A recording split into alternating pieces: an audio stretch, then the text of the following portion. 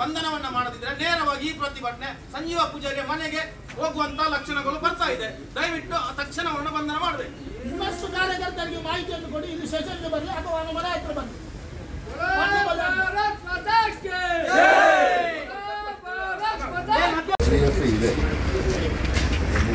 ನಂದಿರಲಿಲ್ಲ ನೀವು ಸೆಕ್ಷನ್ 76, 74 ಹಾಕಲಿಕ್ಕೆ ಬರ್ತದೆ ಅಲ್ಲ. ನಾವು ವಕೀಲರ ಹತ್ರ ಚರ್ಚೆ ಮಾಡಿದ್ದೇವೆ, ಎಲ್ಲ ಅದನ್ನು ಕೇಳ್ಕೊಂಡೇ ಬಂದಿದ್ದು. ನೀವು ಆ ಸೆಕ್ಷನ್ ಯಾಕೆ ಮಾಡಿಲ್ಲ? ಯಾಕೆ ಮಾಡಿಲ್ಲ ನೋಡಿ. 3 ದಿನ ಒಂದು ವಾರದಿಂದ ವೈರಲ್ ಆಗ್ತಾ ಇದೆ. ನಾನು ಸುಳ್ಳ್ಯದಲ್ಲಿ ಬಗ್ಗೆ ನನ್ನ ಕೇಳೋ ಇಲ್ಲ ನಾವು ಕೇಸ್ ಮಾಡಿದ್ರೆ ನಾನು ರಾತ್ರಿ ಮನೆ ನೋಡಿ ರಾತ್ರಿ 2:15 ಮನೆ ಅವ್ರ ಮನೆಗೆ ಸುತ್ತಮುತ್ತ ಸಿಗ್ತಿದ್ದೀವಿ. ನಾನೇ ಅರೆಸ್ಟ್ ಮಾಡಿಸಿದ್ದೆ ಇರಲಿಲ್ಲ. ಸೆಕ್ಷನ್ನು ನಿಮ್ಗೆ ಆ ಥರ ನಾವು ಯಾವುದೇ ರೀತಿ ಮೋಸ ಮಾಡಬೇಕು ಅಂತ ಅವನೇನು ನಾಟೊಂದು ಇಷ್ಟೇ ಆಗ ನಾವು ರಕ್ಷಿಸ್ಬೇಕು ಅಂತ ನಾವು ಅವನ ಬಗ್ಗೆ ನಮಗೆ ಒಲವಿಲ್ಲ. ಆಯಿತು, ಅದನ್ನು ಪರಿಗಣಿಸ್ತೀವಿ, ಅರೆಸ್ಟ್ ಮಾಡಿಸ್ತೀವಿ.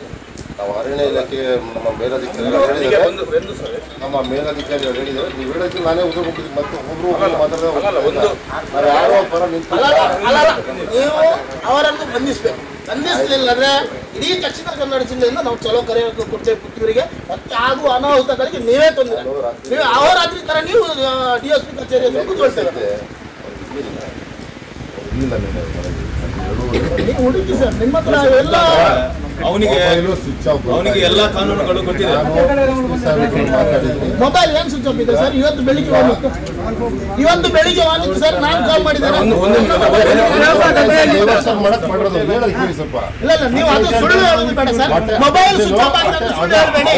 ಮೊಬೈಲ್ ಮುರಳಿಯನ್ನ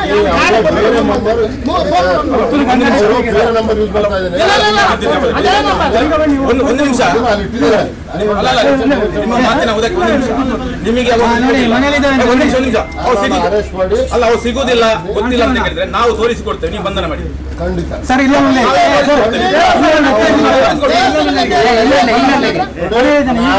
ಮಾಡಿಸ್ತೀರಿ. ಹಂಗಾರ ಆಗ ನೀವು ನನಗೆ ಇದ್ದಂಥ ಕಡೆ ಹೇಳ್ತೀರಿ, ನಾನೇ ಅರೆಸ್ಟ್ ಮಾಡ್ತೀನಿ.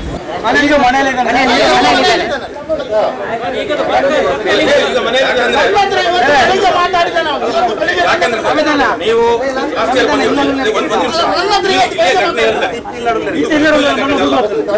ಕಳೆದ 4-5 ವರ್ಷದಿಂದ ಇಡೀ ಸಮಾಜದ ನೆಮ್ಮದಿಯನ್ನು ಹಾಳು ಮಾಡ್ತಾ ಇದ್ದಾರೆ.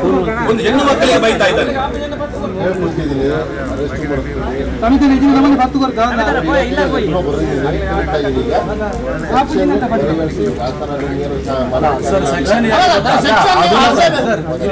ಸೆಕ್ಷನ್ ಯಾಕೆ ಅಂತ ಹೇಳಿದ್ರೆ ಅರುಣ್ ಉಳ್ಳಾಲ್ರ ಅವರು ವಿಡಿಯೋದಲ್ಲಿ ಒಂದು ಸ್ಟೇಟ್ಮೆಂಟ್ ಅವರ ಮೇಲೆ ನೀವು ನಾನ್ ವೈಲೇಬಲ್ ಸುಮೋಟವಾಗಿ ತಗೊಳ್ತೀರಾ?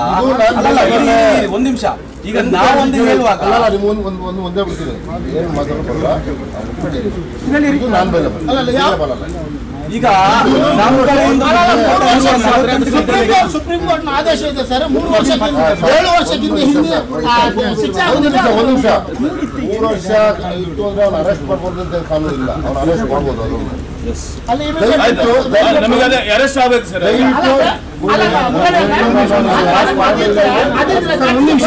ಕೂಡಲೇ ಬೇಲ್ ಕೊಡ್ತಾರೆ.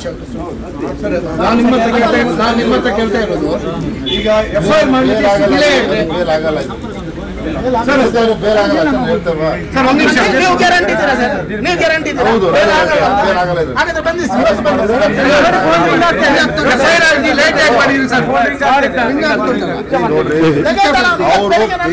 ಅವರು ಪ್ರಸ್ತುತವಾಗಿ ನೋಡಿದ್ದಾರೆ ಮನೆಯಲ್ಲಿದ್ದಾರೆ.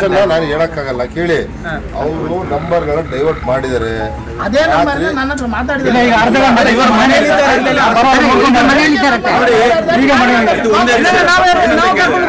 ನಮಗೆ ಸಮಾಜ ಹೇಳ್ತಾರೆ ಸರ್, ಯಾಕೆ ಈ ರೀತಿಯ ಚರ್ಚೆಗಳು ನಡೀತಾ ಅಂತ ಕೇಳಿದ್ರೆ, ಇಂಥ ವ್ಯವಸ್ಥೆ ಬಂದಾಗ ನೀವು ತಕ್ಷಣ ಅದರ ಮೇಲೆ ಕಾನೂನು ಬಂಧನ ಮಾಡಿದ್ರೆ ಈ ಸಮಸ್ಯೆ ಬರುವುದಿಲ್ಲ. ನಾವು ನಿಮ್ಮಲ್ಲಿ ಚರ್ಚೆ ಮಾಡ್ಲಿಕ್ಕೆ ಬರುವುದಿಲ್ಲ, ಯಾಕಂದ್ರೆ ನೀವು ಮಾಡಿದಿರಿ ಅಂತ ಹೇಳಿ ನಿಮಗೆ ನಾವು ಇದನ್ನು ಮಾಡ್ತೇವೆ, ಸ್ವಾಗತ ಮಾಡ್ತೇವೆ. ಅದನ್ನು ಮಾಡದೆ ಸೆಕ್ಷನ್ ಇಲ್ಲ, ಒಂದ್ ಕಡೆ ನಾವು ಇಲ್ಲ ಅಂತೇಳಿ ನೀವು ಆಯಾರಿಗೆ ಉತ್ತರವನ್ನ ಕೊಡುವಂತದ್ದು ಸಿಗುದಿಲ್ಲ ಅಂತ ಹೇಳುದು. ಅದೇ ಒಬ್ಬ ಸಾಮಾನ್ಯ ಯಾವ್ದಾದ್ರು ನಾವು ಏನಾದ್ರು ಮಾಡಿದ್ರೆ ನಮ್ಮ ಮನೆಯವರನ್ನು ಕೂತ್ಕೊಳಿಸ್ತೀರಿ, ತಮ್ಮನ್ನ ಕರ್ಕೊಂಡು ಕೂತ್ಕೊಳಿಸ್ತೀರಿ, ಎಲ್ಲ ಮಾಡ್ತೀರಿ. ಯಾಕೆ ಮಾಡಿದ್ರಿ? ನಮ್ಮ ವೈಯಕ್ತಿಕ ಅಲ್ಲ ಸರ್, ನಮ್ಮ ವೈಯಕ್ತಿಕ ಅಲ್ಲ, ವ್ಯವಸ್ಥೆ ಉಂಟು. ಇಡೀ ಸಮಾಜದ ಹೆಣ್ಣು ಮಕ್ಕಳಿಗೆ ಹೇಳಿದ್ದಾರೆ. ಇವತ್ತು ಹೆಣ್ಮಕ್ಳಿಗೆ ನಾವು ಇವತ್ತಲ್ಲಿ ಇಲ್ಲಿ ಬರ್ಲಿಕ್ಕೆ ಹೇಳಿಲ್ಲ. ಇವತ್ತೀಗ 1,000 ಹೆಣ್ಮಕ್ಳು ನಾವು ಬೇಕಾದ್ರೆ ಸೇರಿಸಿ ಪ್ರತಿಭಟನೆ ಮಾಡ್ಬೋದು. ನಮ್ಮ ಆ ಕೆಲಸ ಅಲ್ಲ, ಇಲಾಖೆ ಇದೆ ಅಂತ ಹೇಳುವಂತ ನಂಬಿಕೆಯಿಂದ ನಾವು ಬರ್ತಾ ಇರ್ತೀವಿ. ಯಾಕಂದ್ರೆ ಒಬ್ಬ ಹೆಣ್ಮಕ್ಳಿಗೆ ನಾಳೆ ನೋಡಿ, ನಮ್ಮ ಮಕ್ಕಳು ಭಜನೆಗೆ ಹೋಗ್ತಾರೆ, ನಮ್ಮ ಮಕ್ಕಳು ದೇವಸ್ಥಾನಕ್ಕೆ ಹೋಗ್ತಾರೆ. ಆ ಮಕ್ಕಳ ಮೇಲೆ ಅವನು ಮಾಡಿರ್ತಕ್ಕಂಥ ಅಶ್ಲೀಲ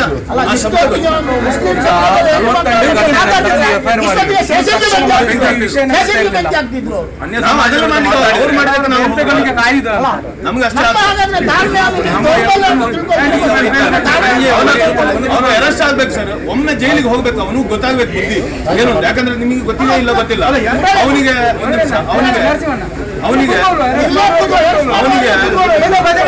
ಅವನ ಇಲಾಖೆಯೊಳಗೆ ಕಾನೂನನ್ನು ಏನು